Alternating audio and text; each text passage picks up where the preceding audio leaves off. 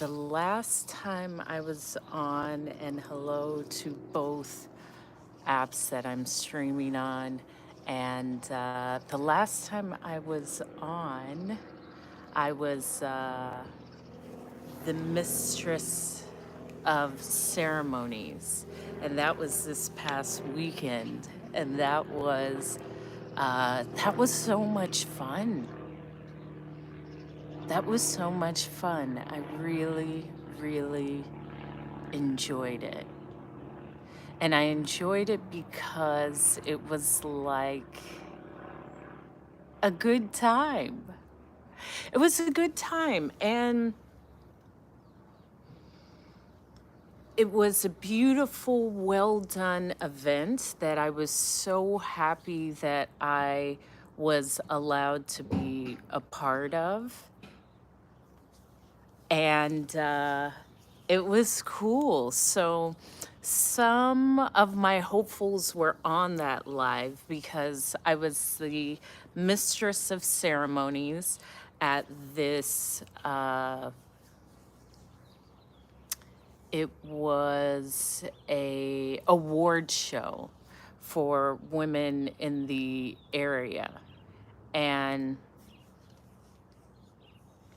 I was invited to be the speaker, or the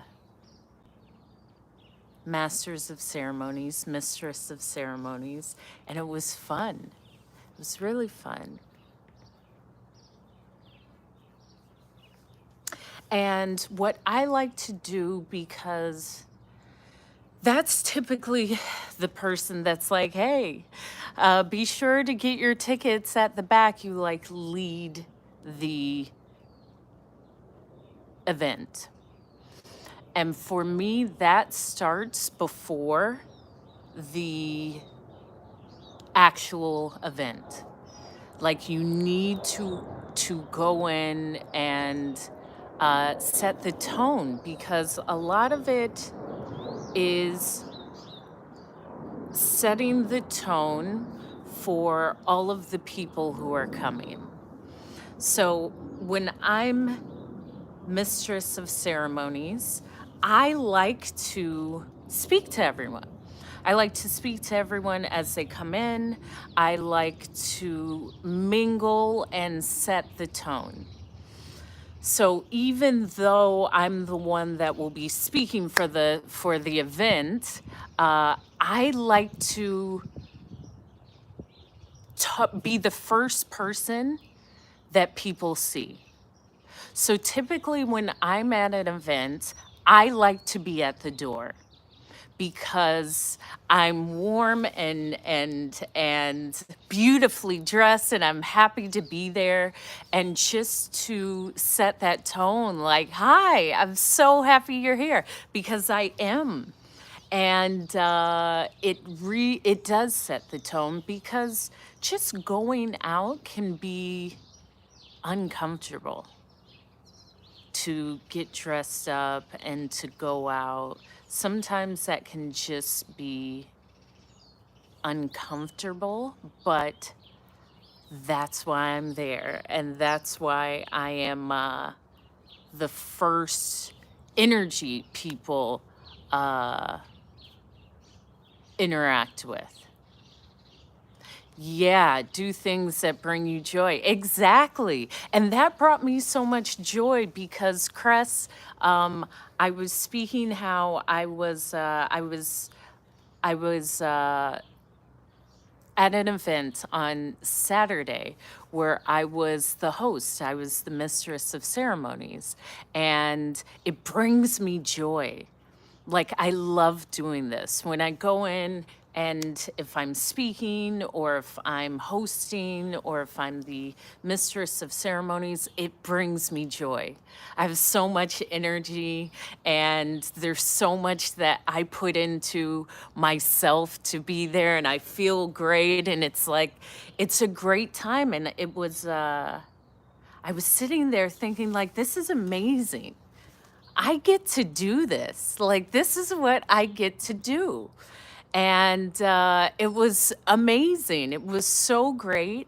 I was the mistress of ceremonies at this uh, show, at this award show. I met an event organizer through my sister because earlier this year, my sister works on the African American Museum board. And so she invited me to this fundraiser that they put together that was beautiful and beautifully orchestrated. And it was timed right because, really, with an event, when you're aware of time and people's time, that is helpful.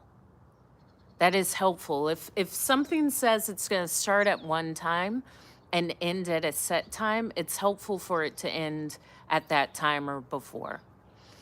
So, yeah, I went to that event with her. I believe that was in January, and met a bunch of great women in the community. And one of them said, "Oh my gosh, oh, I would love to have you in my show. I'm putting on a show. I would love to have you involved."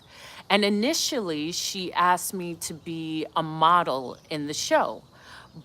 And I was proud of myself because I said, no, I'm not going to walk. I have done that. That has been a part of my life.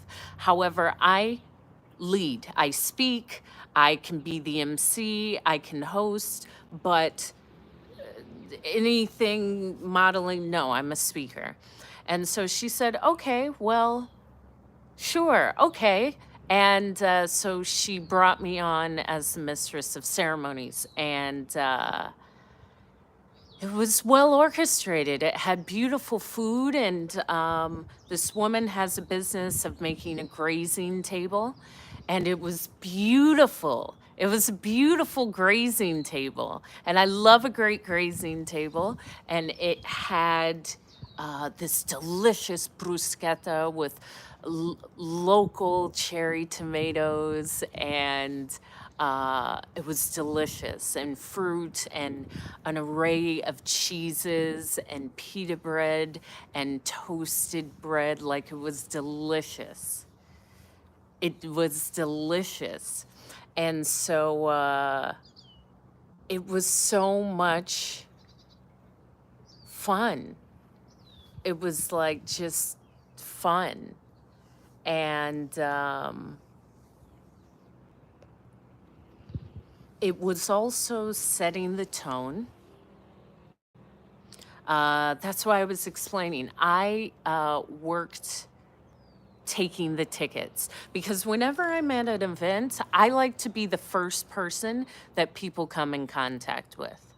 And I remember this event in Maui for this gentleman that was leaving the island, and he had like a $24 million home. It was either 24 or 12. And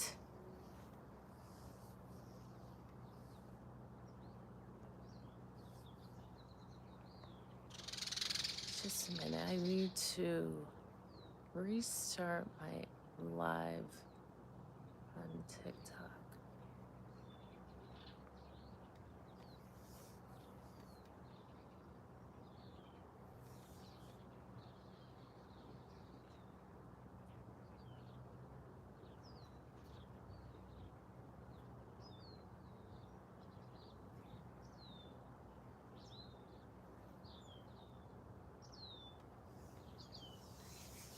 Okay, so as I was speaking about uh,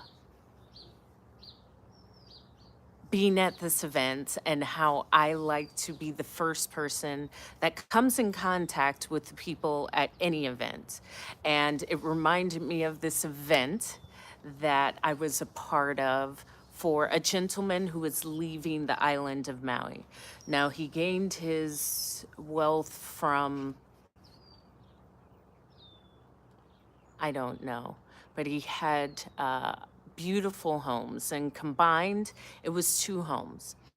So he had one home that was like 8,000 square feet with two pools, and there was a walkway to the next home, which was his home slash office. So it was between the two homes. However, the first entrance was the main home.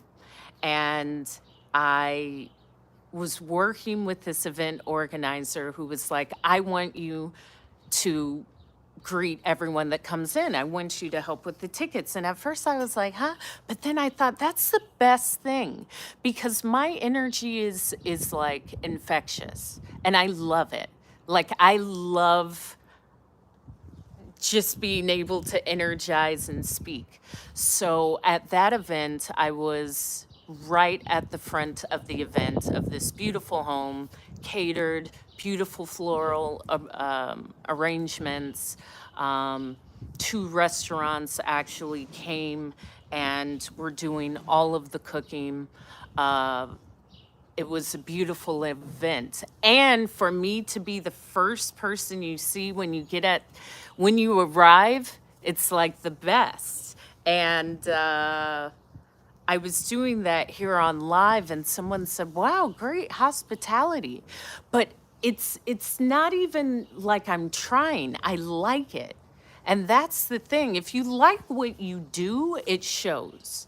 If you like what you do, it just shows up. So if you happen to like what you do, such as a job, such as your relationship, such as your workout, you show up with an energy. If you don't like what you do and you just have to convince yourself to do it, that will get tiring. But I like this and I like talking to people and I like greeting people and I like saying like, "Oh, look at your outfit," cuz I do. It's so nice to get dressed up and go out. So I was at the front and I this was for Women's Image Awards event that I was the mistress of ceremonies. And so I collected the tickets, and the women were amazing. And they were beautiful, powerful women from the community, nonprofit owners, multiple businesses, infrastructure to the city that just helped so much. And it was such an inspiring space to be in. And for me, it was almost like that semblance because I was the host. I was the mistress of ceremony. So it's almost like I'm uh, I'm honoring them, but I get to see what is for me. And really that beauty of like, yeah, that. Like these women have gone for these passions and they have built incredible uh, legacies and tap the screen, like the live for these women that I was able to be around. And it was so much fun.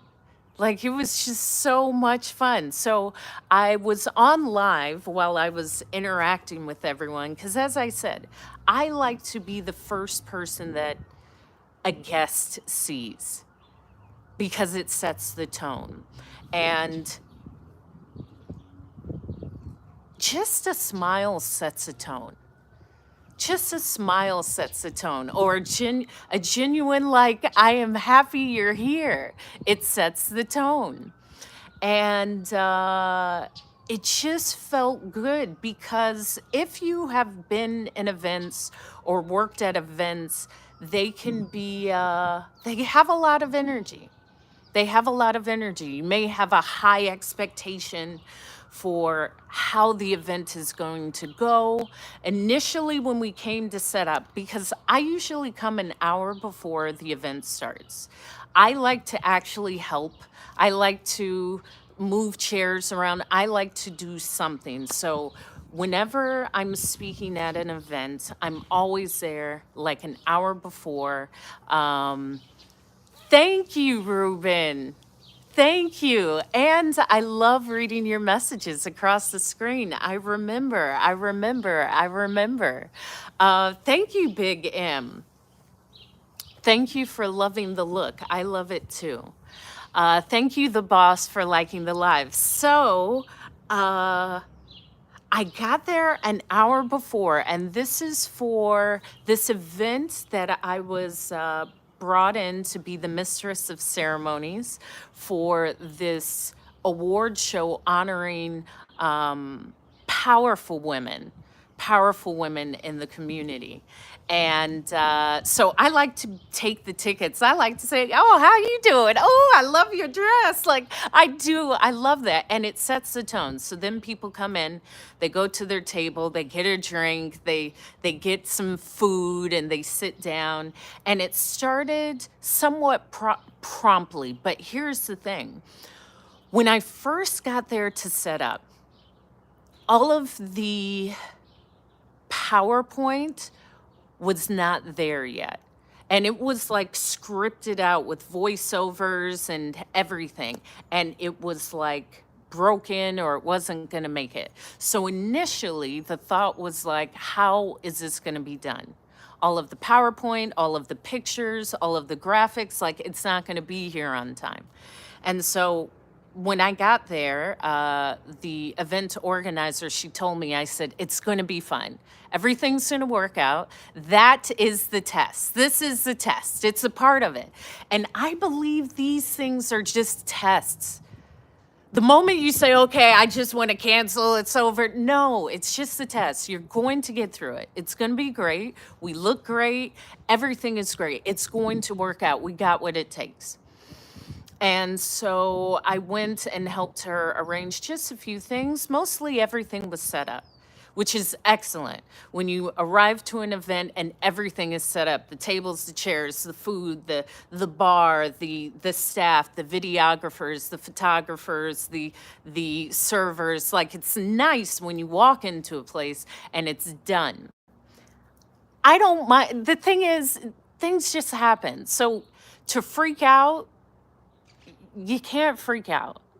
The key is to always be like, all right, let me take a minute because I got to figure this out.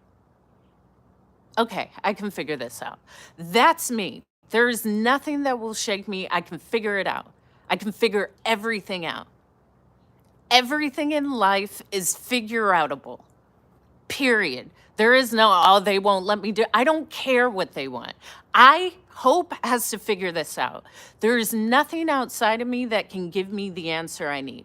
I have it. Now, I've been in precarious situations. So I was speaking to my niece last night and I was so proud of her because she had a bunch of figure it out moments.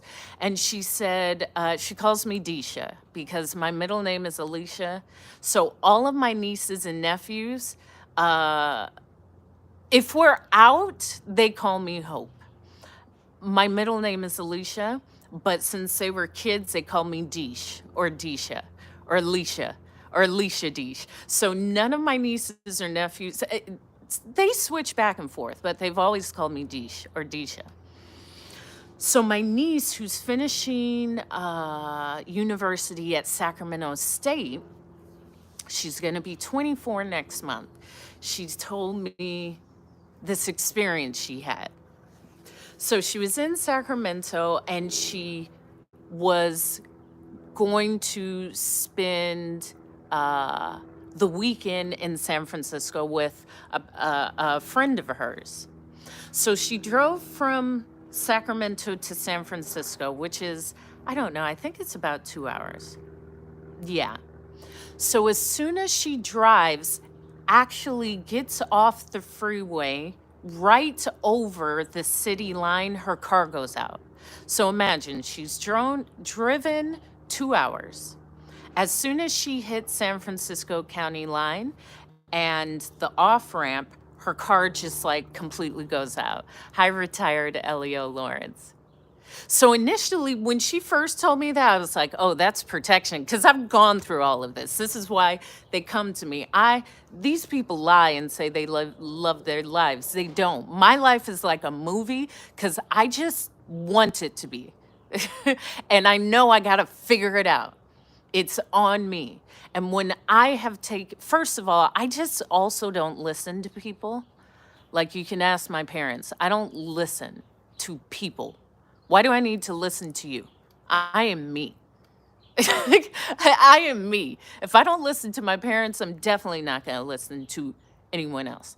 However, I'm really courteous, so I don't have issues with people. I don't know. Some of y'all always have issues. It's you. It's not actually them. It is you. You are mean. You do not know how to forgive, and relax. Like relax. Really, you can choose to like be relaxed. Yes, as you should be, Key Divine. And look, and it's glowing. I have my castor oil. I mean, it's looking and feeling so good, you know? So, Kay, she immediately goes over San Francisco County line. Car goes out. Boom, boom, boom. It's the dead of night. It's 2:32 in the morning. I'm a cute 23-year-old smart human, and my car's gone out, and it's just coasting in. Okay. So she said I will act as her. She looked around the car like, oh shoot, what is happening? She was able to coast to the off ramp. Tried to start the car over again, wouldn't start. So she was like, oh, shoot, okay. So she calls the person that she came to see while she was there. And she told the person, hey, I just got here, but my car just completely went out. All the electric went out, like I had gas and everything, but the car just completely went out. So, can you come and get me? The person was like, sure, I'll come get you. Drop your pin. So again, this is like 2:30 in the morning, my niece, who's 23. So the person comes and gets her, but where she was parked, she couldn't park there. So wait a minute. She called her mom, was like, Mom, my car gave out. I'm gonna need to get it towed. And her mom was like, okay, where are you? She wasn't in her hometown. She was in San Francisco. Her mom was like, what? Why are you there? Listen, that's not the time to ask someone that. Let me tell you, if you're a parent, your kid asking, why are you in a different city is taking us away from the solution. That doesn't matter. I do not need to be anchored to where I go to school. I can go wherever I want. The problem is my car's not working. It got to get towed. So, she was either going to wait there and have it towed all the way back to her hometown, 2 hours. Her mom was going to pay for it, but she was going to have to wait then and do it then. So my niece was like, nah, I'll figure it out. I'm already here in San Francisco. I'm not going to go back home now. I was like, boom, that is exactly it. You're already there. Let's roll the dice because it's going to be good. And I like this because it's really that. I told my niece once, it's really that first offer. Like the first offer is the car has stopped. You can get it towed and go back home now. That is the first option. Or you can have a better option. Like we don't know what it is, but it's a better option.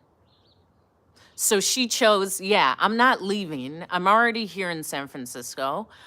I'll figure it out. And she told her mom, I'll figure it out. So she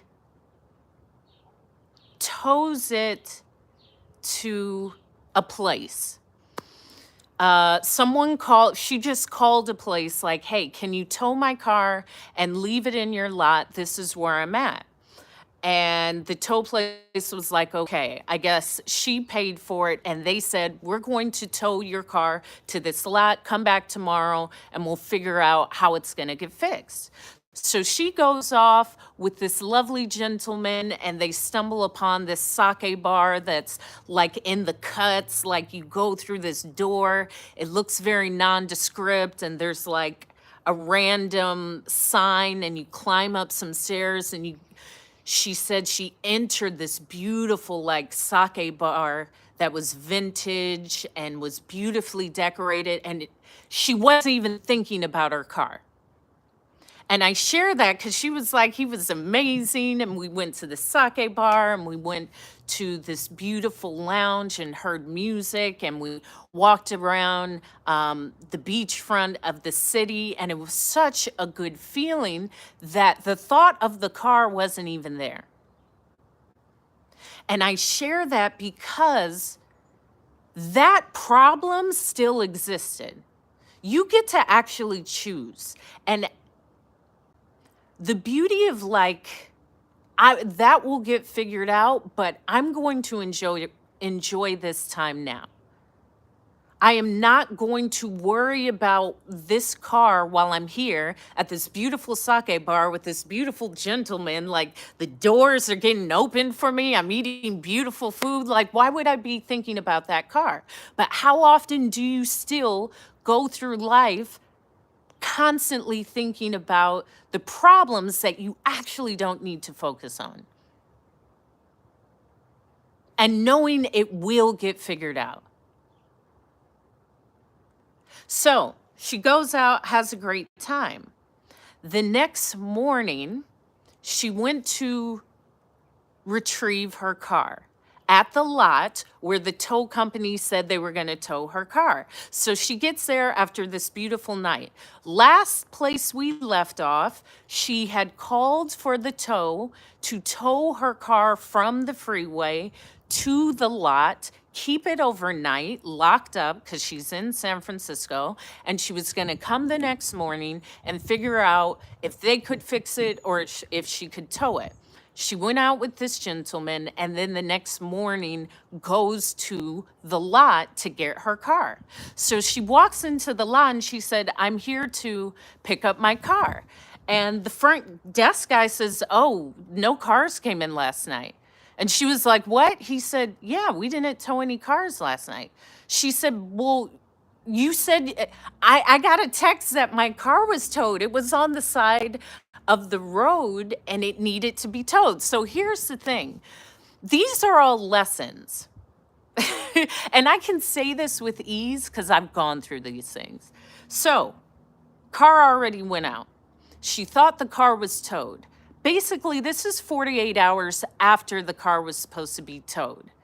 She gets to where the car is supposed to be towed and it hasn't been towed. So she's like, "Where is my car?" Because it's not in the lot, but it's no longer on the side of the road. So where is my car? Okay, okay. So she had came off of this wonderful time out with a wonderful human being to now being told, "We don't have your car. We don't, your car's been sitting somewhere for 48 hours, but it hasn't been locked up." So she just went outside like, what the what is going on? Okay. And she told me, she said, "Deesha," I was like, "I'm going to figure this out." So she goes back into the building. She sits down like, "Let me just breathe to figure this out." As she's breathing, she looks across the street. Her car is across the street. No joke. As she went in to the tow place, she sat down, told herself, "Let me take a breath, let me relax, and I'll figure this out." She breathes out and she looks outside. Her car is right in front of her. That is a reminder, like, take a breath. It will be okay. It will be okay. She did not even know that it was leading her. Life was saying, "Go relax. It's okay. Open your eyes. Look, it's right in front of you. You're okay. You are always okay." So if you know that, why always assume that you're not? So she said, "Oh, okay, there's my car." And the rest will come back. The point was, it can all be these, thank you, Keith. Thank you, Keith. I was speaking about the event where I was the mistress of ceremonies. We're going to keep getting into that. I'm always going to be winning, Lion. Could I lose? There is no other option but to win, baby. What you talking about? We do nothing but win. So my niece was saying every trip that we go on is like a movie. I was like, that's my life though. Because thank you, Dave Peter, for the heart me. My life is a movie because I didn't want a lot of people, most of you are lying about liking your life. I don't know how you can. It's boring and predictable.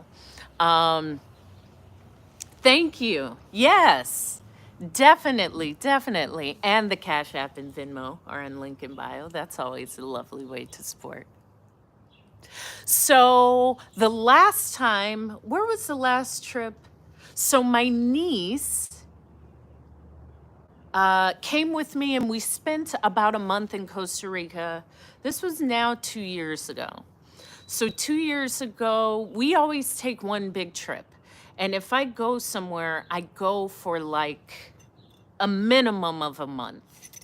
A minimum of a month. If I'm somewhere, I want to breathe it, I want to live it. I usually will jump around to different places because I want a feel of the place. So we went to the Pacific coast of Costa Rica and we flew into San Jose, which I had been to several times as a flight attendant. And in fact, one time I brought my sister with me because we would stay at it was this all inclusive that the airline would stay at. And it was huge. It was, oh my gosh, I know. They're known throughout Central America and South America and like Mexico. It's a resort chain. And I remember bringing my sister, but on this trip, I had this friend who was battling an alcohol addiction. And this was like a real alcohol addiction.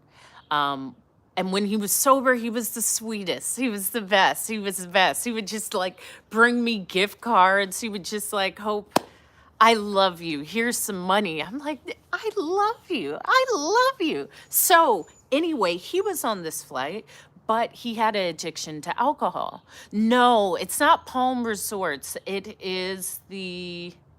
come to me because I actually stayed in one when me and my niece were in Germany. No. I won't ever stay in a sandals. I wouldn't, no. There's certain places I'm too well traveled to stay in certain places. I would never stay in a sandals. It will come to me though. So anyway, we had a trip with this flight attendant who was battling alcohol addiction. And I knew in the rooms had like full-size bottles of alcohol bolted onto the side of the wall where you could just go and take your cup and tap vodka, gin, tequila, like it was almost on tap on the wall. You had 6 bottles. It was ridiculous. So I thought, I don't know if I should tell them to remove the alcohol from his room because he would get so blacked out drunk, he would pass out. He wouldn't fly. He would miss a trip. Like he would black out for days. And it was my first time. People say, oh, I'm alcoholic, and you just binge drink on the weekend. That is something different. This person was like, it was an addiction. It was really a disease. And it was that thought of me learning like that is not, I had to learn boundaries because, thank you, Eric, for the follow. Because is that my responsibility to tell the front desk to remove the alcohol from the room? Is that my responsibility? Really ask myself, why do I feel it would be? um, because there's boundaries that have to be set. And I even told him, like, I have to, for my safety, put a boundary for you and me in our friendship, because this behavior is not healthy for me.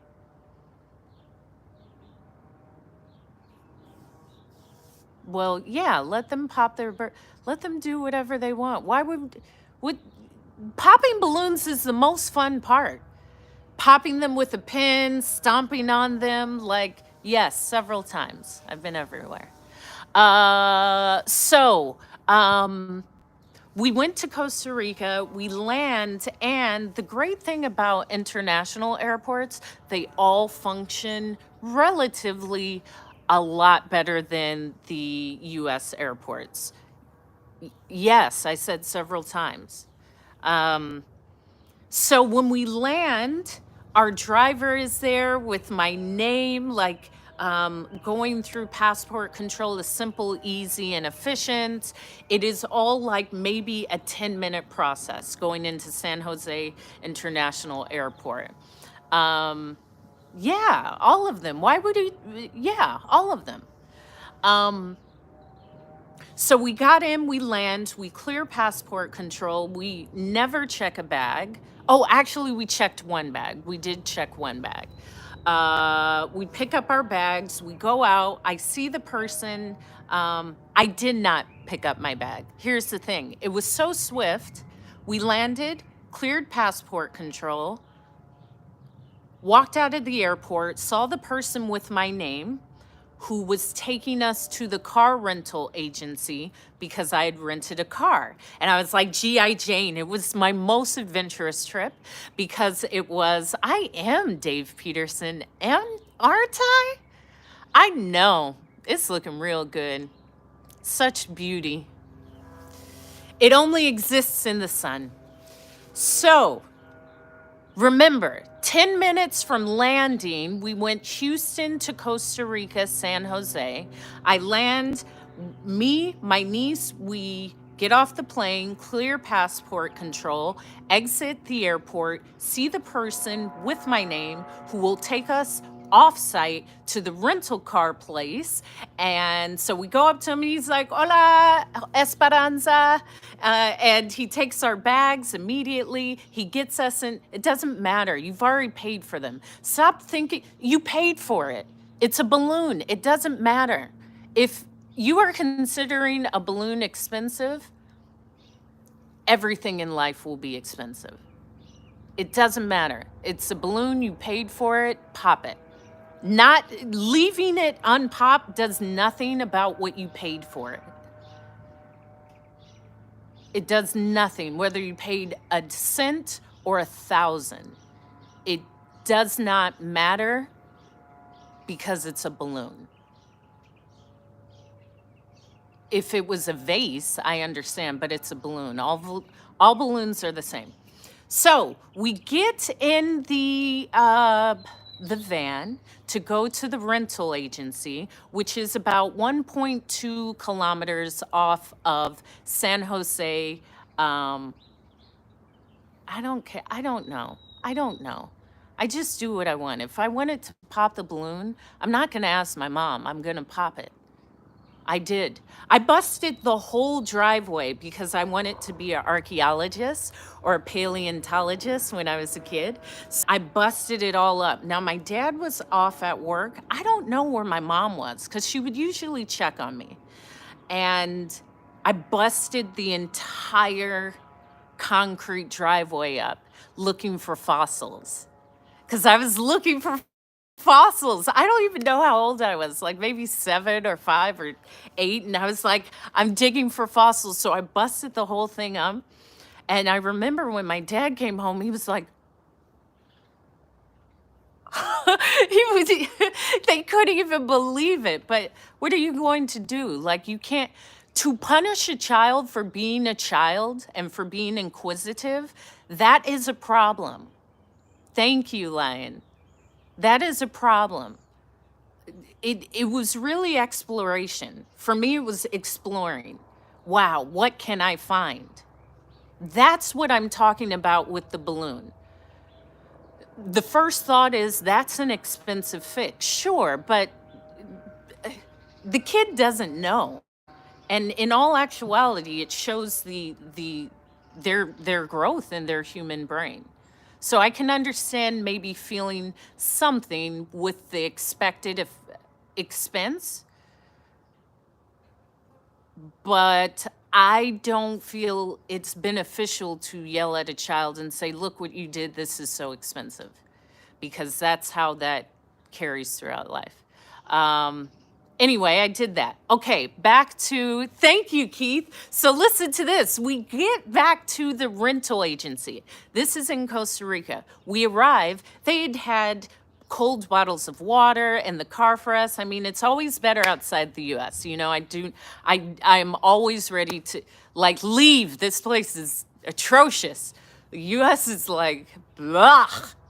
Americans, you don't know it, but it's blah. Okay, we get to the rental place, we hop out, I get my carry-on, and I was like, I forgot something. And my niece was like, what?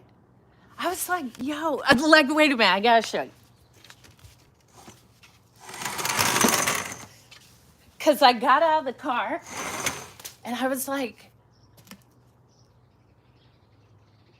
I think I forgot something. Like I had this pull. I had this pull that I had forgotten something.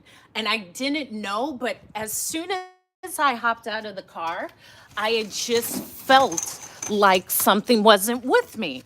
And so then I was like, I always put my hand on my heart, like, what? It's my bag.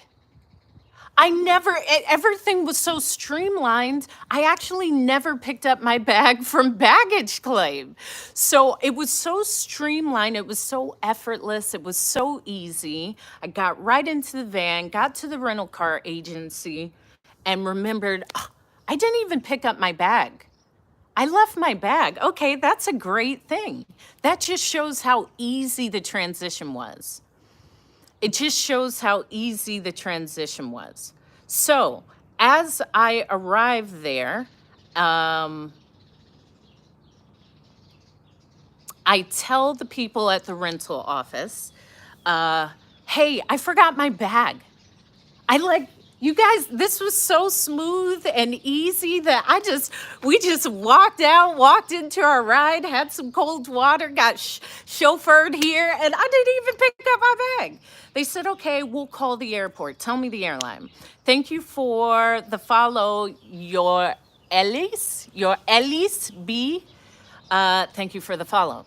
So they called the airline directly because, again, these are smaller airports. There's only maybe 3 rental car agencies, so they know everyone intimately. When you work at the airport, everyone really knows each other because it's a different life. I mean, there are no holidays, there are no off hours, and it's a beautiful space to exist. So they called the airline and told them the information. They said, oh, yes, we have your bag. We'll have it. Just come here, call this person, and they will bring you your bag. Now, this would never happen in the US, let me tell you. I can assure you, everyone who's in here, you think, oh, I've flown a lot. You have not, you have no idea how much I've been on airplanes. And I'm really lucky. I do not ever believe that would happen in the US. It would be so, you would have to go through like 6 people. So while I was there, I said, okay, well, let me pick up my car. And then I'll drive back to the airport and we'll pick up the bags because we're like a 3-hour drive from where we're staying. Because this was like my GI Jane trip.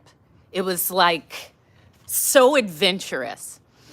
So initially, I had rented one of those cute Suzuki with a stick shift, like a little Suzuki, because we were going to be driving for the entire month. Continue to like and share the live. We're only at 1,000. Come on, you don't get to hear this? Tap the screen for the golden skin at least. Come on now. Thank you, Rob Burgundy, for the follow.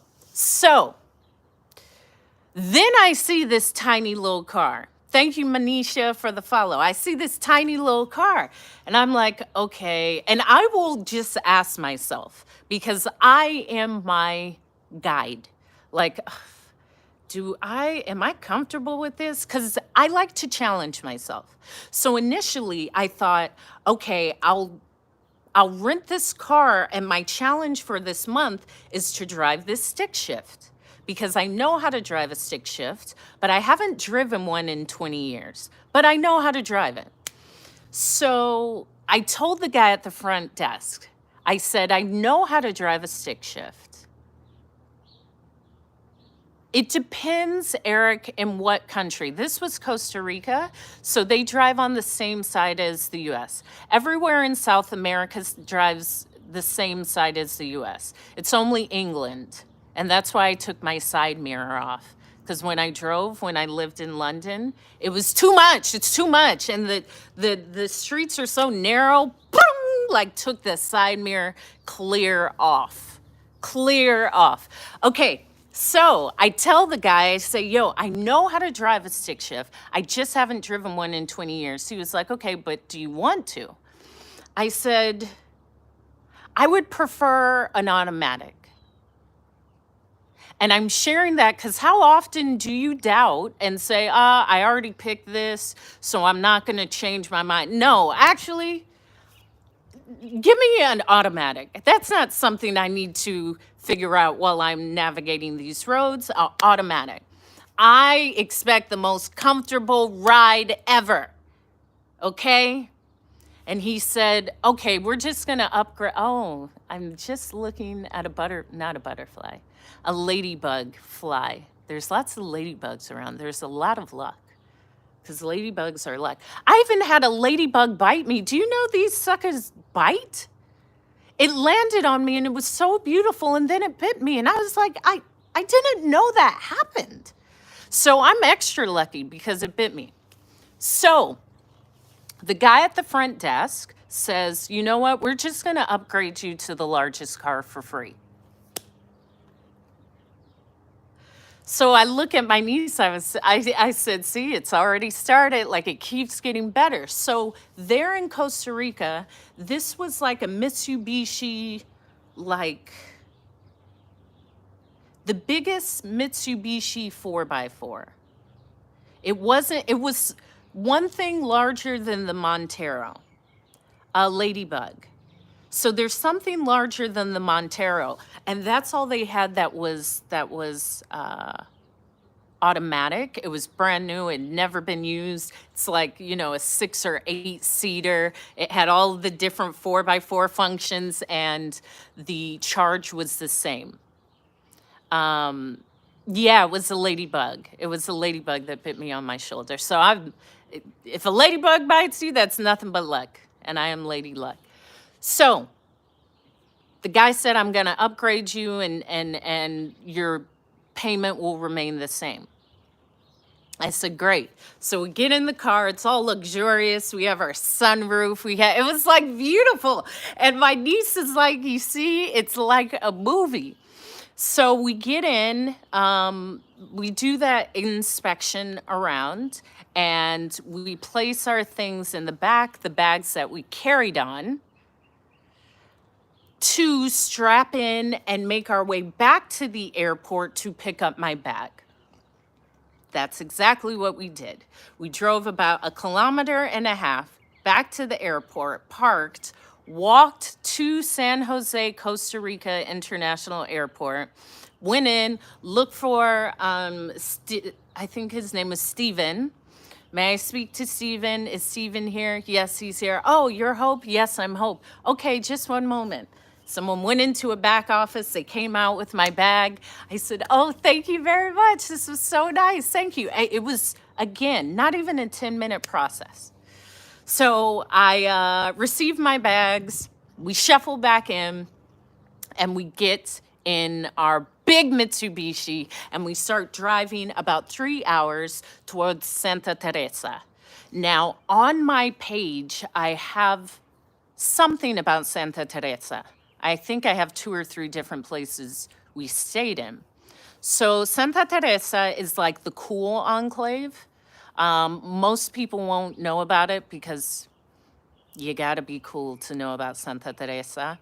It's somewhat of a surfers village slash a lot of well-known people have bought stuff, bought property recently there. But it's just a magical place. It just feels so good.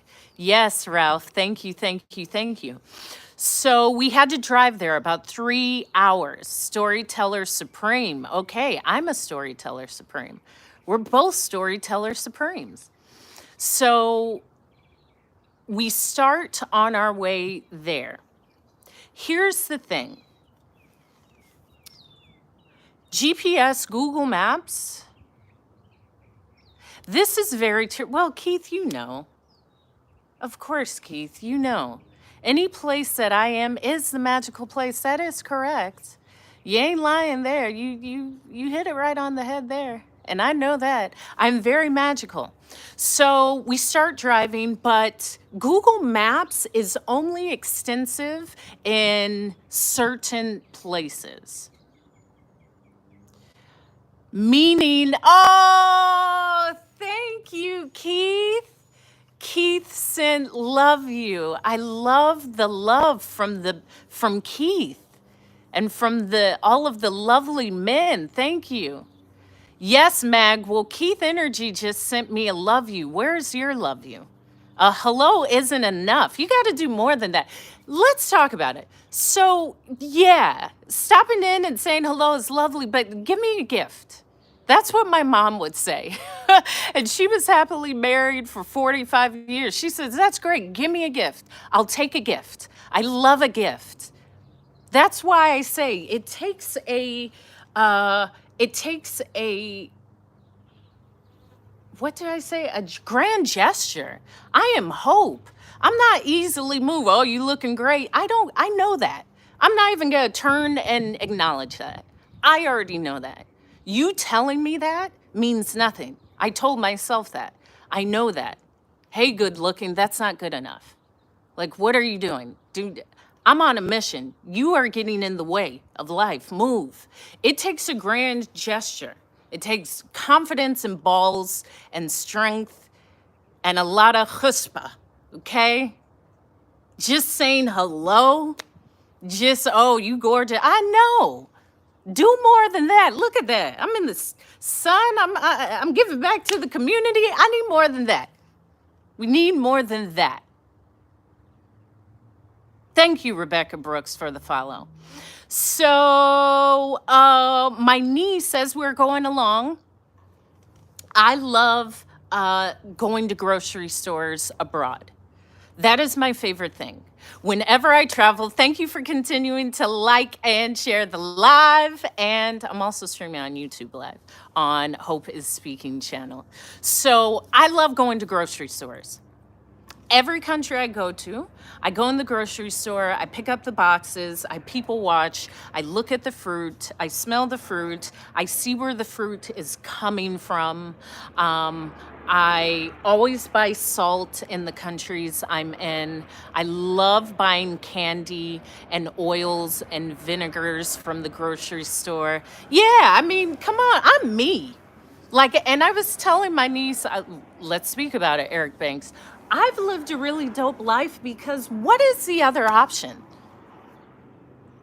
What is the other option? But it doesn't matter. I'll do what it takes. For me to say okay, yeah, once a year, me and my niece go away for a month somewhere dope, not bumping booties. No, we're not sharing a bed. You're a grown woman. I'm taking care of you. I'm your aunt. You have your own room.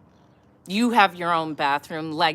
But I only am here because it's reach one, teach one. It's teach one. And seeing the world, this is what my father did for our family.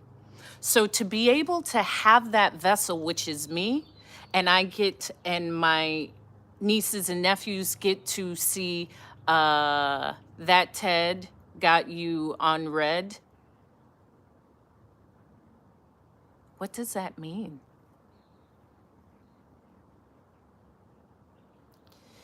Uh, for me, it was with my dad, with my family, and then with the airline, because I had the umbrella of the airline, and I'm smart. But I got to figure it out.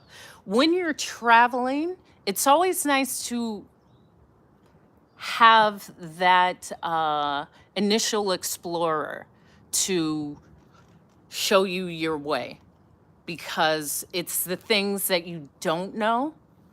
And I am always feeling that I'm protected. So nothing, I don't even believe anything would ever happen to me. Um, yeah, I don't. Uh, so yeah, I'm amazing. I've done a lot of hard stuff, and I've trusted myself, and I've grown, and I've learned, and I listen to myself, and I love my life because I'm accountable for every part of it. I didn't choose a job because my parents wanted me to do it or society said I should do it. I've been doing what I love to do, and it somewhat shows. If you're doing what you don't want to do, if you're with a person you don't want to be with and you're just saying, I can't leave because I've been here 20 years, that's going to show. That wears on you. Being authentic and honest is not a skill it's a skill to be learned. It's a skill to be learned. What's up? I see someone that I met the last time I was in Frankfurt, which is when my niece came with me to TED, and we were in Frankfurt, which I love because as a beginner flight attendant, all we did was fly Frankfurt. I don't know why, but we would always get Frankfurt, Munich, and like Zurich all the time, like twice a week. And I loved it because Frankfurt is another major meeting point in Europe. For me, I always choose between Frankfurt Airport, Heathrow Airport, or Charles de Gaulle in Paris. Those are my main transition points. What's up? What's up? What's up? Because I say the airport is the world's crossing post, intersection. It is the one place you will meet everyone in the world. There's no other place, not at your grocery store, not at your school. The airport is the world's intersection. I take it seriously. So you will never see me dressed in sweats. That's Americans. You look terrible and sloppy and you stand out. What's with these sweats? Why is everything so comfortable? Like you have a chance meeting for your life and you're in sweats? At least change into the cashmere set once you're on the plane and then change out of it. That's how you do it. You don't stay comfortable the whole time. So, what was I speaking about? Oh, the airport is the world's intersection. I was speaking about my niece. So, our GPS was off because Google Maps is only extensive where people can take that Google car. A lot of countries, it hasn't driven down every road. So my niece is like, oh, here's the shortcut. Turn here, make this right. So we're driving in this Mitsubishi 4x4 something, and it's starting to get dark because we landed at about 2. But we had a 3-hour drive to Santa Teresa. So as we're driving, I would stop off at any time. I'm never timing like we got to get there. if I want to stop and take pictures, if I want to stop and pick some mangoes, if we want to stop and like drive through a neighborhood, that's what I'm going to do. Thank you, Tomato, for sharing the live. No, it's the one larger than the Montero. So at this time it was dark, and it's just a lot of open prairie land and mountains, and you're really driving through mountainous area. So my niece told me to take this right, which I took, and I continued to drive. And as I was turning a corner, I felt a need to brake, which I'm glad I did, because it was a river out of nowhere. I was turning right, a sharp corner on this mountain. So I couldn't actually see what was on the other side, but it was a full-fledged river that I was about to drive into. I was like, yo, that little shortcut was about to have us floating away. Let me hit this is okay, but you got to figure it out. And I'm glad my niece saw that, because it was me and her. What am I going to do? Freak out and say, oh my God, what am I going to do? You're just going to have to turn around and go back to where you turned off of and get back on the other path. There is no need to freak out. There is no need to say, I'm tired of this. There is no need to say, I'm frustrated. Figure it out. Thank you, Slusher555. Hello, Colorado. I have a lot of great times in Colorado. So it starts like a torrential rain pour, because we are in the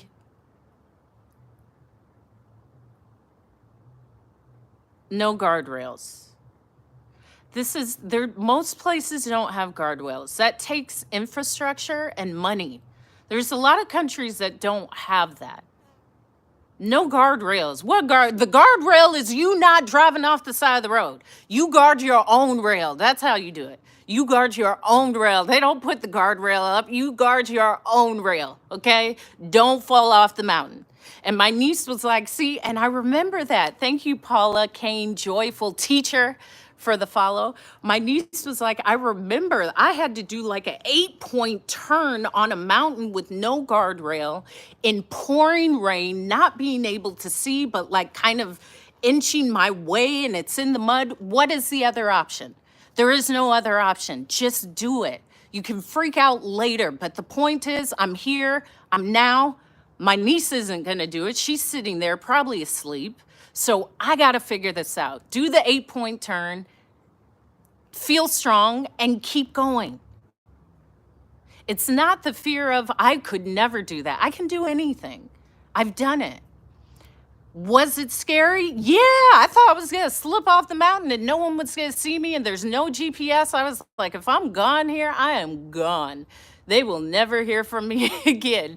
There is no GPS, our phones don't connect. But then it was like, what's up, spread the love? It was like going through little rivers, learning the 4x4. It was an amazing experience. Well, why? Luckily, first of all, I'm always lucky. Thank you, Donald Hook. I'm always lucky. But even if I was speeding, then what? How do you know I wasn't speeding? You see, I'm always lucky. So I love that you said, luckily you weren't speeding. Nothing negative will ever happen to me. Everything is actually neutral. It's both for me. I claim lucky and blessed, Eric. Don't you take my luck away from me. You don't have the authority of taking my luck away from me. It was such a powerful move, and it was driving intentionally takes energy. Like, I don't really listen to anything. We couldn't listen to anything because most of the time our phones weren't connecting. So we didn't actually have anything to listen to. And I like that. I like just hearing the wind, or there was monkeys because we were in the rainforest, or actually when it's raining, cracking the window. I like hearing the outdoors. I do not care. I lived in major cities. Here's the other thing. Thank you, Spread the Vibe. Thank you, Latoya, for the rose. I lived in the major city.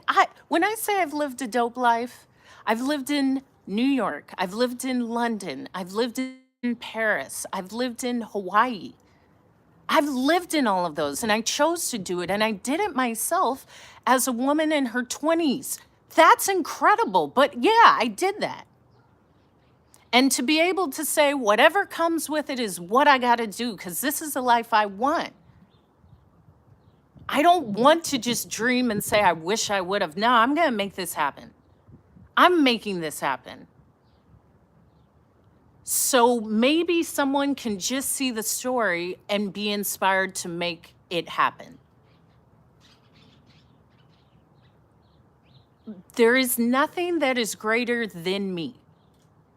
We are the power. Every human being is that great power. Now, whether you believe it, that's something, and there's levels to it, and it's incredible, but it starts with like trusting yourself. I don't need to ask someone like, what pie should I choose? No, I can look at a menu and say, I want that one. That is life. All life is a series of decisions. If you don't trust your decisions, if you don't believe you make good decisions, if you believe you will fail, if you believe other people have more information to help you make a decision making will be difficult. And everything in life is a decision. Am I getting up? Am I brushing my teeth? What am I wearing? How am I going to respond? That builds something, though. You have to build that. You have to build that confidence within yourself by showing up as you.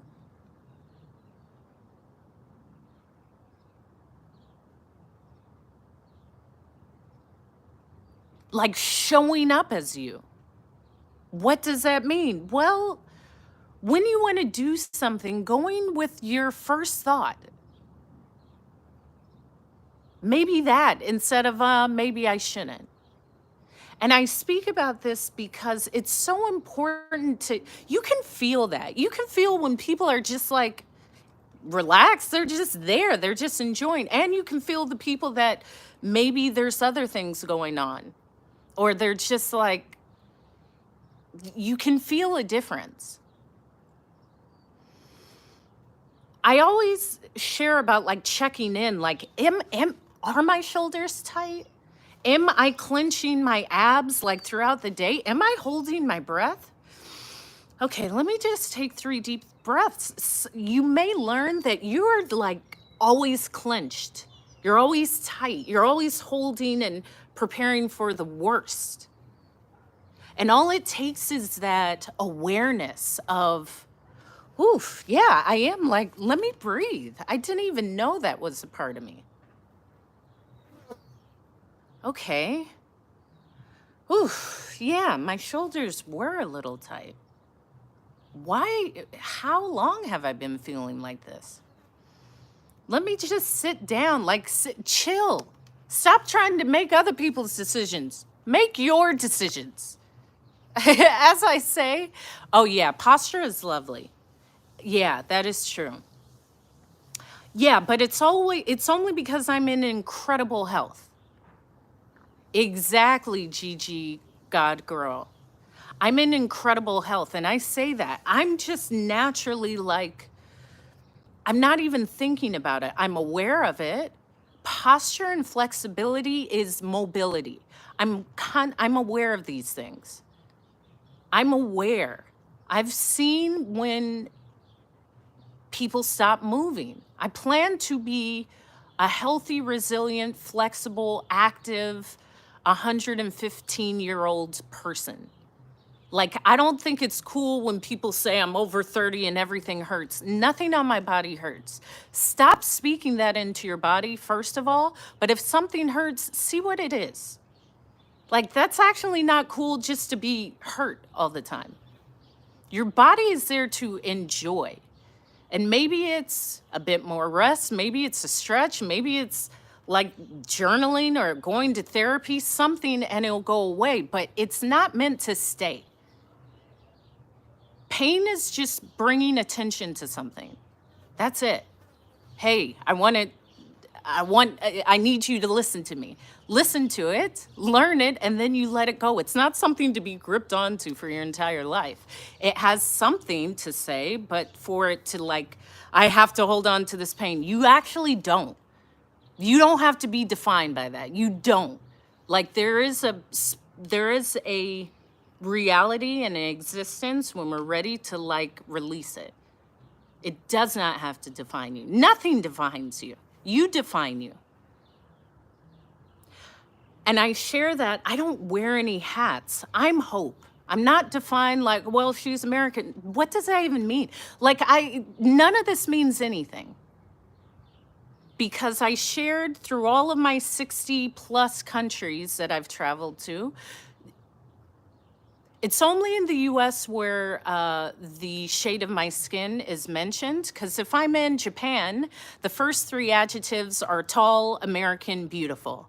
If I'm in France, the first three adjectives are beautiful, skinny, American. If I'm in Senegal, West Africa, it's like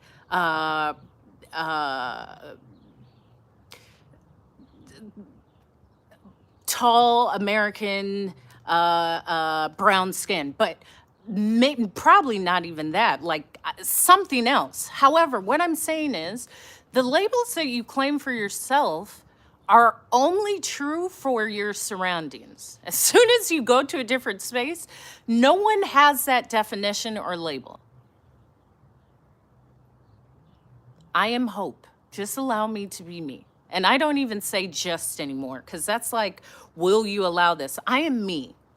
I show up with consideration to everyone. However, I am me. And there's a beauty in understanding another person's confidence, where it's just confidence. I see everyone shining fully. I see everyone being the best at whatever they find themselves at doing.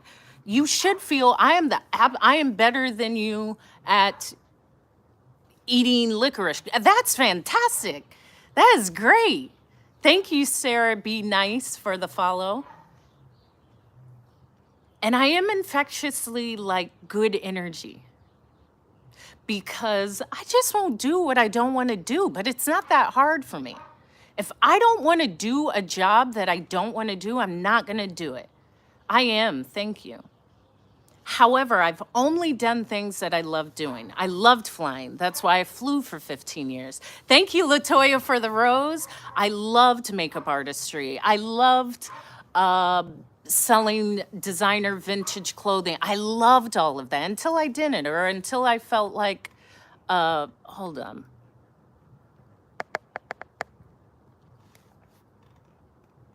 Or until I felt like, yeah, I've done this and I'm ready to put it down. There is no, I have to do this forever. I have to do this until I'm 62. No. Why? Absolutely not. And there is a beauty in variety. There is a beauty in like changing scenery. And that doesn't even always mean travel. It could be changing the scenery of how you see yourself. Like you can just choose to see yourself differently. You can just choose. You could just choose like the better option. I can just choose, if I'm choosing it's always negative, then I'm just gonna start choosing like the most beneficial outcome for me. I just choose it. Both are the same. What's up, Attica?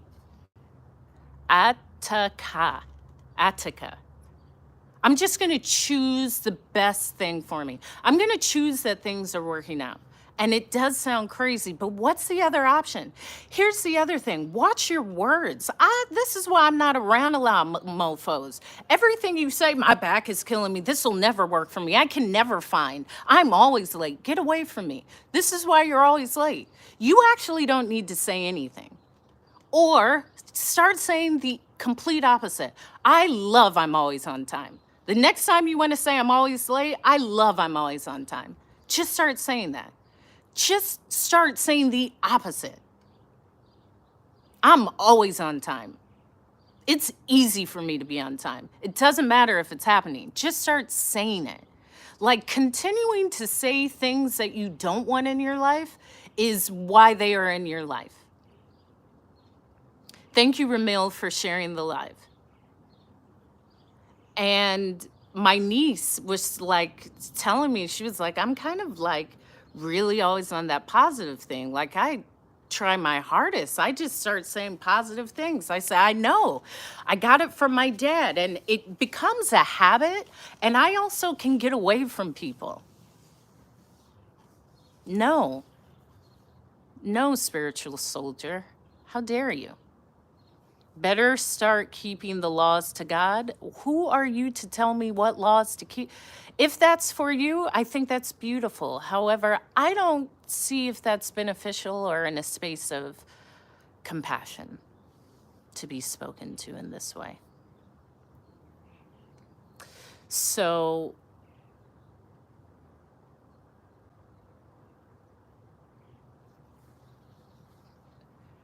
being early, well, nothing, I'm never programmed. I have focus and discipline, and it was a phenomenal career. So I don't use certain words. There's that. Because you can be programmed or you can be disciplined. It's essentially the same thing, but I will choose discipline. My father was a military man, so being up early was something my dad was always up. He was always up early. Happiness, water, success, and sleep. That's what I use on my skin. Happiness, water, success, and sleep. That's what I use. It is not what I use. It is from inside. It is really happiness, water, sleep, and success.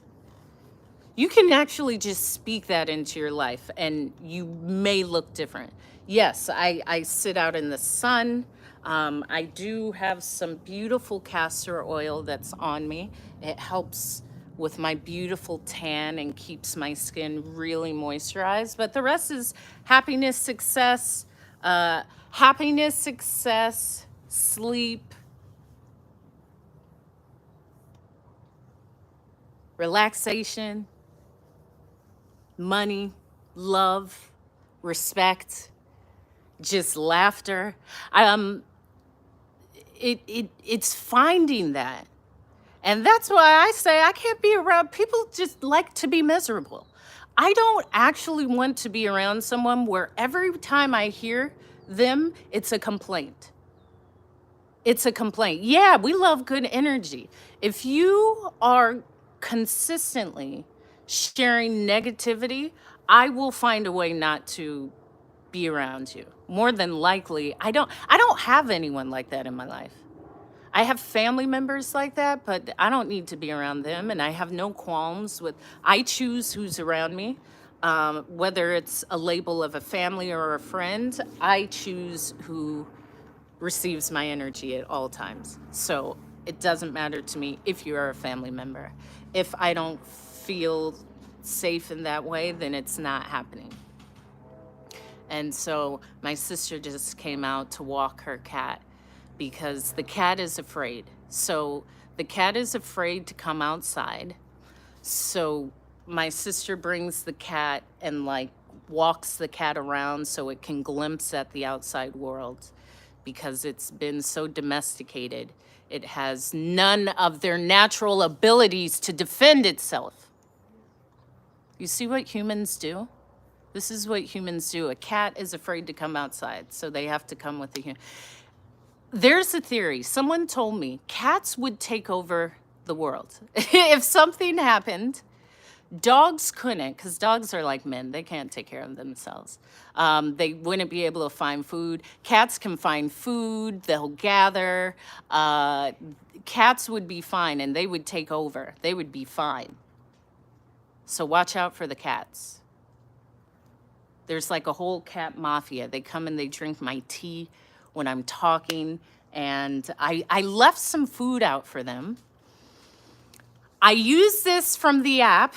If you take hot boiling water to salmon skin and pour it on salmon skin, it will cook the top layer of the salmon that's closest to the skin, and you can peel the salmon skin off. So I did that and it worked beautifully. And I cut up the salmon skin to give to the cat mafia in the backyard. So nothing was wasted. I did not use the skin, but nothing was wasted. And initially, I was talking about me being the mistress of ceremonies on Friday. And some of you, thank you for the follow, Alita Melendez. It was so much fun. It was so much fun. And I know at every event, I like to greet people. I like to be the first person people see. If I'm the speaker, if I'm the host, I like to say, like, welcome in. I'm so glad you're here. And that award show was powerful because it was all these incredibly accomplished women from the community, from all backgrounds, and they put so much passion into their businesses or their nonprofits or their books. And it was beautiful to be surrounded by these women. And, you know, the drinks get flowing and everyone's like, hey, girl, how you doing? And I love for you to have a drink and let me come talk to you. Let me come. Sam, she, you know, you got to run from the bugs. Well, bees coming around you is a good thing. They only come around calm vibrations. I learned that from Hattie's Bees. She's a creator here on TikTok. Hattie's Bees started beekeeping as a form of therapy. Thank you, Monica Heron 361016 for the share. She started beekeeping after retiring from the service as a way of therapy, because bees will only be around calm people. Your vibrations, your physical state has to be at a certain vibration level for bees to be around you. And so she was a woman that was in combat, and so she chose this to deal with her post-traumatic stress disorder and just mental health. So Hattie's Bees, follow her, is an incredible creator on the app. Thank you, Morris, for the follow. And she taught me that bees will only come around you when you're calm. If you're like anxious and mean and mad, like a lot of you are, you just snap all the time. Especially Americans, I come back here, what is everyone so mad about? What is so terrible? There's a phrase that says, the man that angereth me killeth me. Because anger is so potent in our bloodstream. What, Stephen Washington 07? Do you just want me to say what? I need a grand gesture.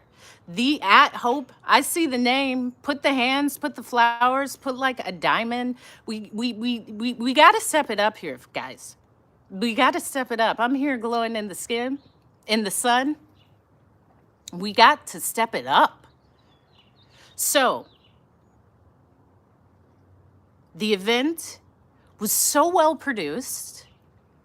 I had a few blunders, but here's the thing. The crowd doesn't know, and this is the thing in life. People don't know.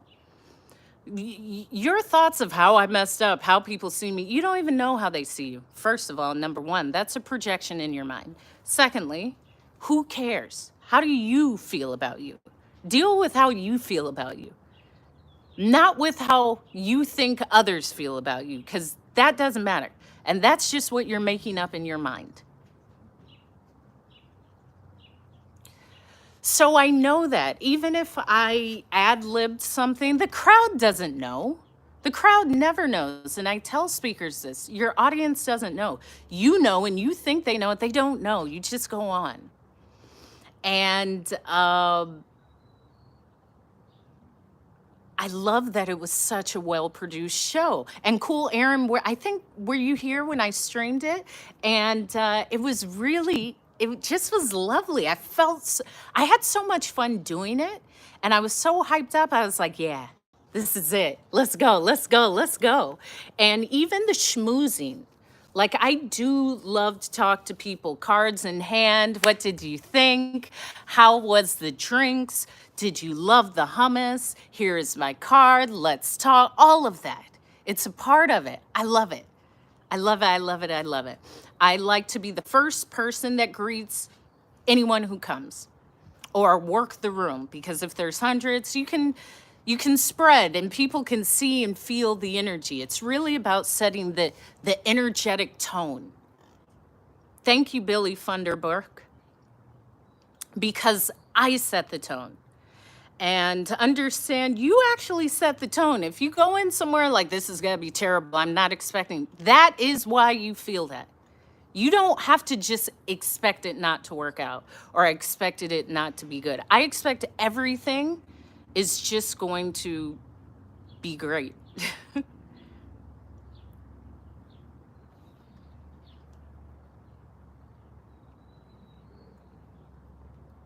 So it was great. And as I said, once people get a few drinks, people they're not there. People come to events to escape their reality. So do I have on sunscreen? Of course I do. I put sunscreen on throughout the day. Eric Banks, oh one, thank you for the ask. And I use Supergoop. I use Supergoop Glow Screen. I'll put it in my link in bio because I've had a few videos with it and I love it. It leaves no cast on my skin. I almost wear it as like a tinted moisturizer. It gives a beautiful glow. It is 40, no, 50. It's 40 or 50 SPF, no chemicals, completely vegan. Women owned. I don't know. I don't care about any of that. It's owned and it's great. So Supergoop, I do. And because I reapply often, I don't often wear a lot of makeup because I do put on sunscreen often because I love being in the sun. I love being outside. Ideally, the office is outside, perfectly situated. You get to hear the birds. Love being outside. Right. So I and Keith, tell me Keith saw me picking these oranges. I have this orange tree, which was my, like 2 posts ago, I made orange blossom water. I eat what I want. I eat great stuff. When I say I don't abide by any of those labels, I'm not any of that. I eat great. How about that? I am a Gregan, a great eater again. Yeah, Keith, let me show you the orange.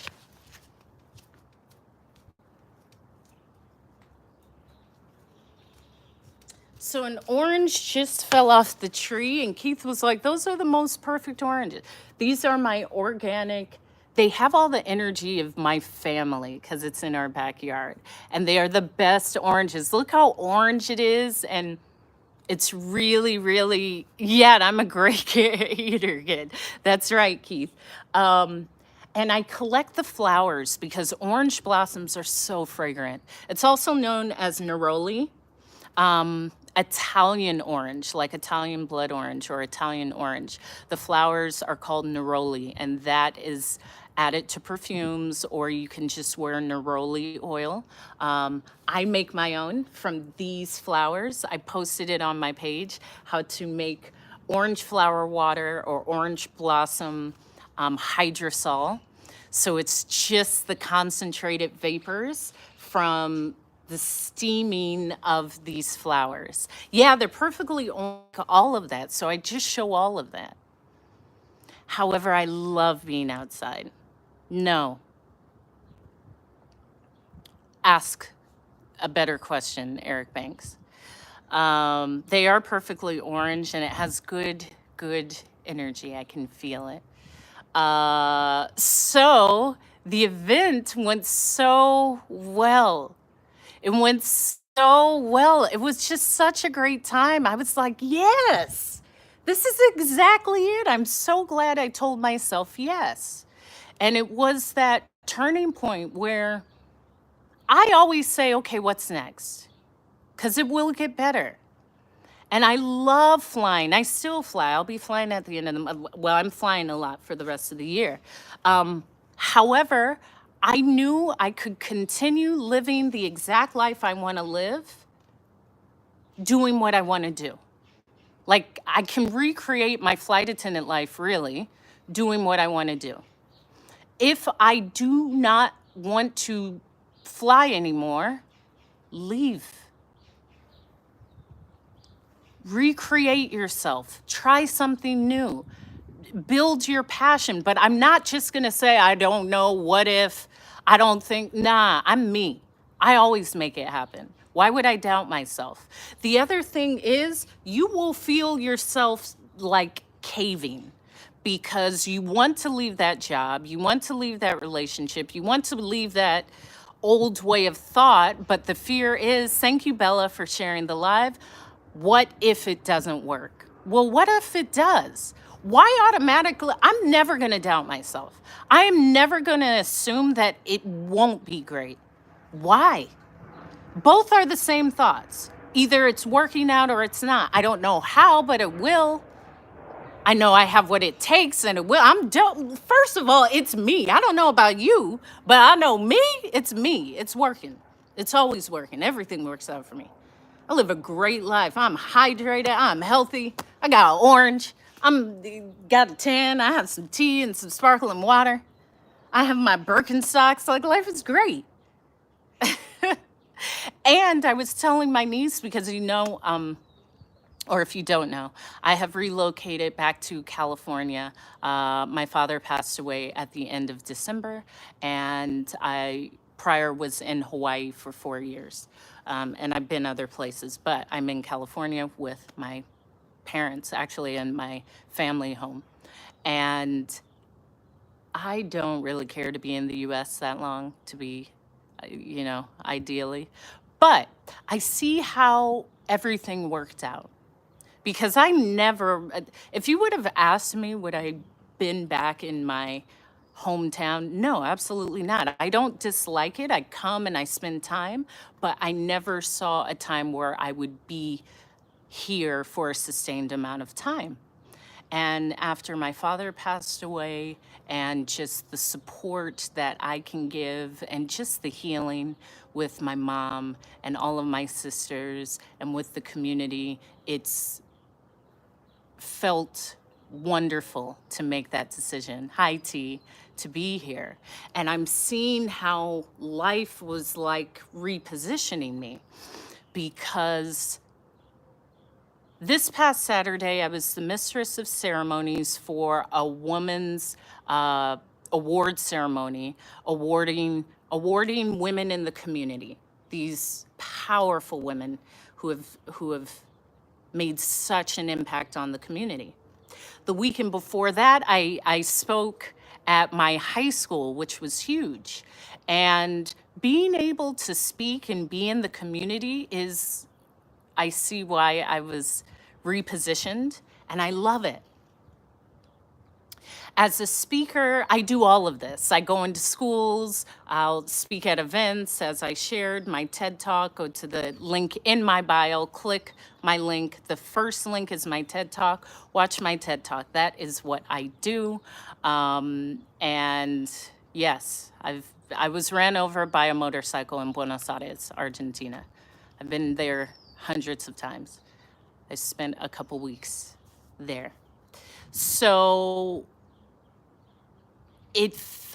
I was explaining to Keith the difference of the feeling of speaking at my high school compared to speaking on the TED stage. And yes, they were both things that I saw, and I believe I wrote it down, because I'll write these things down, but I don't look at them all the time. Once it's written down and I know it, I don't have to refer to it all the time. Like, I can keep a checklist in my mind. and they were equally as beneficial. I'm the best swimmer in the universe, James C. Do you do you, I'm the best swimmer in the universe. Been swimming in this pool for 20 years. Come on now. I even played water polo. I was a beast, like boom, because I have really long arms. So I played water polo in high school, but I am the best swimmer in the universe. Let's just get that out there. Yeah, I mean, so you gotta flex on these motherfuckers. Listen, I'm gonna be doing more flexing. Sometimes you gotta flex. Not even sometimes. It's a beauty because there was a woman who came in to receive her award, and she was in this beautiful red three-piece St. John's knit outfit. And she had a walker, but she's like 91. She is amazing. And I said, oh, honey, I know a St. John's knit from a mile away. I know a St. John's knit from a mile away. Thank you, Innocent the Realtor, for the follow. Thank you for the follow, Enzo Moore 41. And she spoke to me and she gave me some beautiful words of inspiration. She had started several businesses. She has aided in the community with elders and nonprofits with elders and coaching with elders and elder abuse. And she said in one of her acceptance speeches, I stand in my power and I show my power because when I show my power, it gives others the permission to show theirs. She said, when I'm in my power and I show my power, it gives others the permission to show theirs. And I love that. Yeah, but not everyone believes they do or can and are. And you do. I'm a shine. This is why the skin's looking so glossy now. Regardless, I'm a shine. And I'll do what it takes to shine. And that's a beautiful thing when you just feel like, yeah, I'm doing all right. I'm on the path. I'm quit. Excuse me? I have some really, this is why I love my family, but I left immediately. These people are toxic. The other thing is, nothing gets to me. I have really old school mean people in my family. Like, you ugly type. Nothing gets to me, especially the internet. You gotta toughen up. But in real life, these mofos is mean. All you gotta do is go to church and talk to the old folks in the church. They are the meanest in the church. They don't need to be nice. They're old, they've lived, they tired, they've seen everything in the world. They just gotta tell you honestly, those are the mean folks. And because a lot of my time was spent in church as a kid and around they're not mean they're mean because they had to be. They had to be. And it's a different time, and I get it. I used to just think they were mean, like my grandmother, my father's mom. But as a woman, first of all, you're a woman. You're already not listened to. It wasn't until, 1974 or 1976, one of those 2 years, that women could open a bank account in the US without the signature of their father or their husbands. Okay, that was 50 years ago. Before then, a woman could not have a bank account on her own. These women, and I'm speaking like this because often there's choices that I'm afforded that really they brought. Change is incremental and change is always happening. They actually brought the change that's here for me now. And as someone who's physically doing the change, when someone says nothing is changing, you don't see change. The ones that are doing it and it's incremental. And a lot of times the change we want to see, first of all, is within our timeline. That change usually it won't be around for you to see. It's for like a whole nother generation, but it's always happening. And there's always those who are doing that. I am the change I want to see. I don't say no one's picking up litter. If I see a bottle or something on the ground, I just pick it up and throw it away. It doesn't matter where I'm at. But I know I do that. I know there's others that do that. I don't say, why is there all this trash? Man, don't, then pick it up. Then pick it up or ignore it. But complaining about it without a solution to something that is done in the moment isn't movement.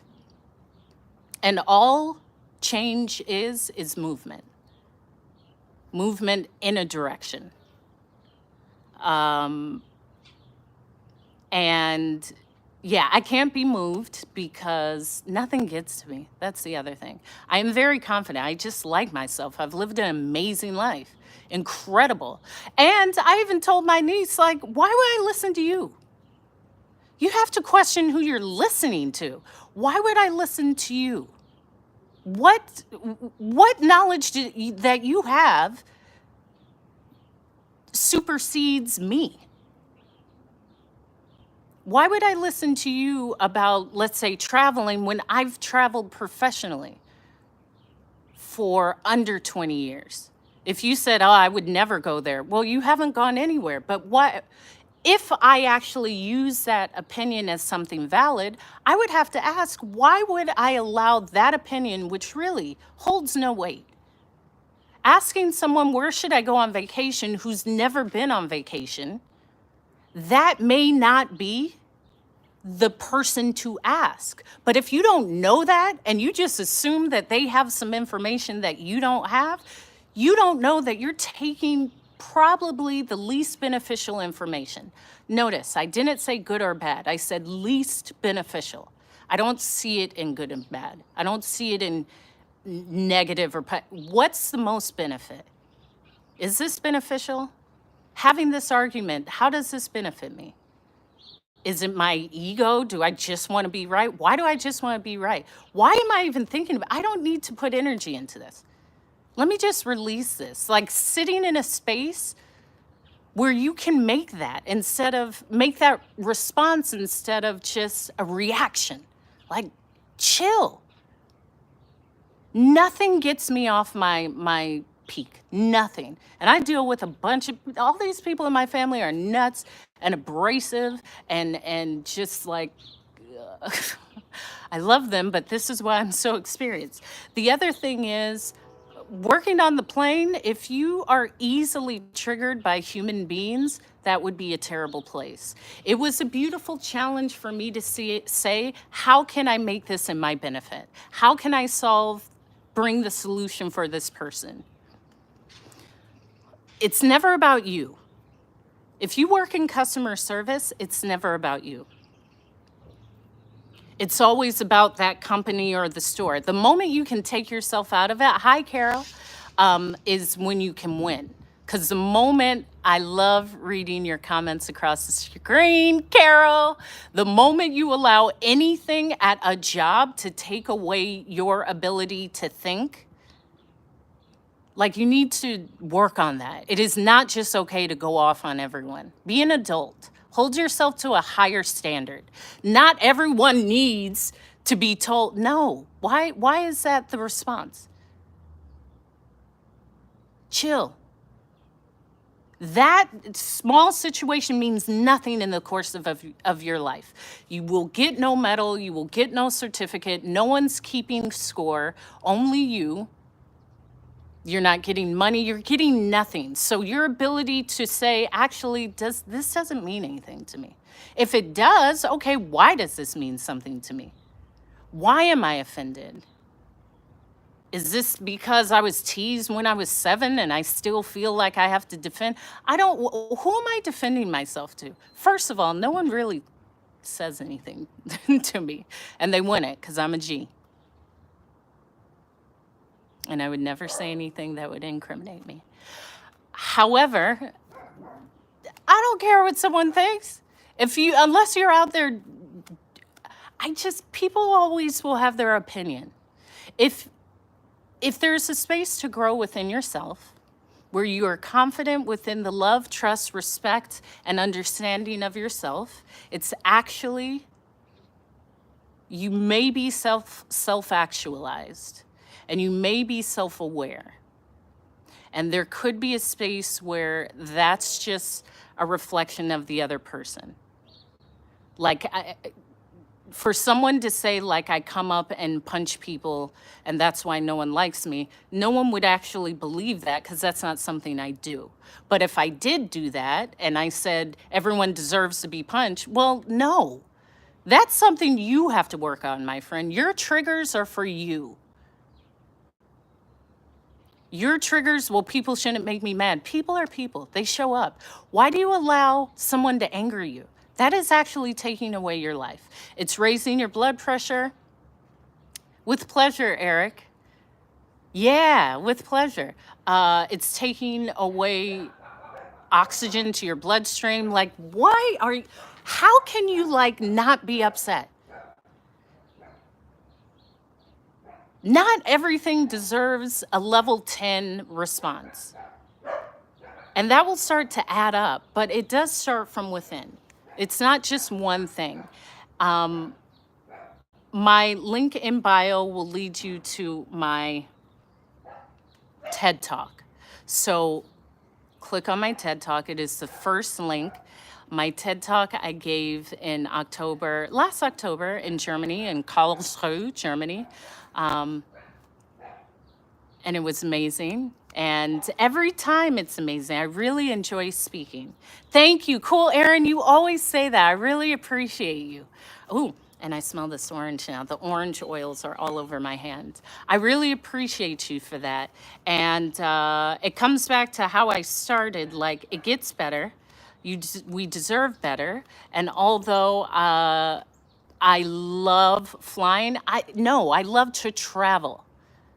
That's the difference. Of course, I love flying. I love to be a voyager. I can do that and not be a flight attendant and build my dream. I'm betting on me. I've loved it. I love it. I love it. And I've lived it. Let's build another dream. And taking that chance and seeing it and speaking and seeing the beauty of, I said yes to the call and I just stayed at it. And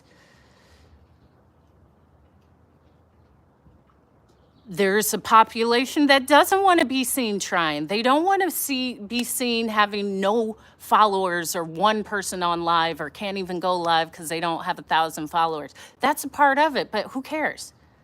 You just keep at it. The craziest part is if you don't quit, you win. That's just it. Because you're doing it repetitively, it becomes a habit. A habit is something you don't have to think about, and it gets better. You learn. But until you tell yourself yes, then it's just like that far off thing. Nah, not me. I was so happy on that TED stage. Now, no one saw what it took for that 8 minutes, but that's part of it. For me, it is that journey. For me, it is what I have to let go of or grow out of or grow into or adapt to. Now my affirmations aren't I am wealthy. They are I am the mindset of wealth. I am the mindset of health. I am the mindset of a winner. I am the mindset of prosperity. I am the mindset of fun. I am the mindset of resilience. I am the mindset of strength. I am the mindset of excellence because I am excellent. I am the mindset of happiness because I am happy. I am the mindset of resilience because I am resilient. I am the mindset of luck because I am lucky. I am the mindset of joy because I am joyful.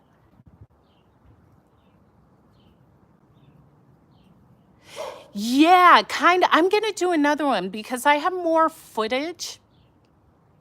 And I did kind of document, but it was just, no one knew that my voice was gone.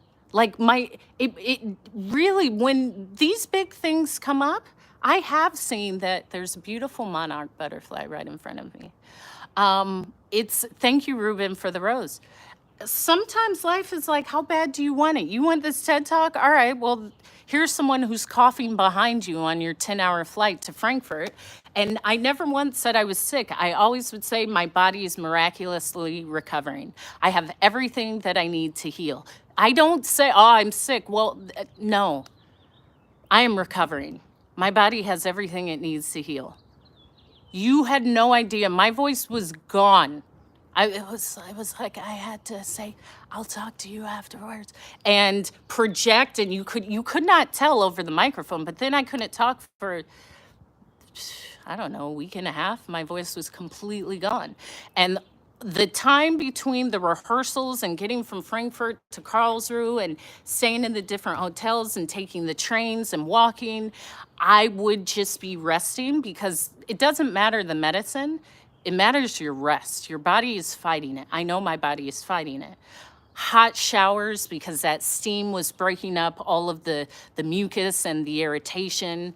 A lot of tea tree oil, eucalyptus oil, just sitting in that steam for like 30 minutes, 3 times a day. Honey, tea, water, that was it. And rest and a bed. That TED Talk, my voice was finito. How badly do you want this? So you just gotta go on the TED stage and say, oh, I don't have my voice, so I'm not gonna be. No, you gotta do what it takes. And everybody wants to talk to you, and I do have to talk because my niece is watching me every time we travel, how to check into hotels, how to navigate the airport, how to use different systems, like all of that. So I don't mind that. But how badly do you want it? You would have never known. My voice was gone after, but that's what it takes. And doing what it takes is just doing what it takes. That's it. You just got to do what it takes. Stop whine. It's not even about a whine or a complaint. The observation is the complaint. I'm cold. Okay, that's observation. What is the solution? Constantly saying the observation, I'm cold, I'm cold, I'm cold. Okay, well, let's move into the solution of the observation. Do you want a jacket? Do you need to turn on the heater? But staying at the observation does nothing. Solve the observation. Constantly saying, ain't nobody like me. People, they're mean. I'm cold. I'm fat. Well, then find the solution. That's just the observation. That means something. And it's good. Life is looking good. When you ask me, what am I putting on my skin? No, this is happiness. This is true, like, passion. This is passion of a passionate pursuit being realized, and being here with family and being supported and having water and just time to dedicate to a craft. That doesn't come in a moisturizer. That comes from within. That's why it's looking real good. So the top of my TikTok page, when you exit here, go to the top of my TikTok page, click the link. The link has, and this is on YouTube Live as well, because I'm streaming on YouTube Live. You can go into my links.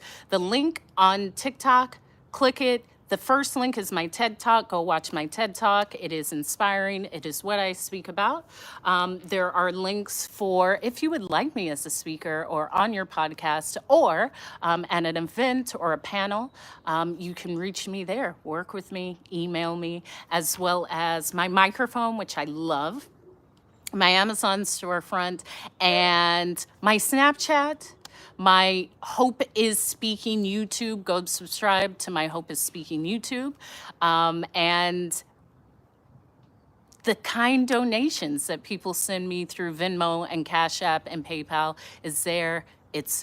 I'm grateful for it, and I love it, and thank you. Send more.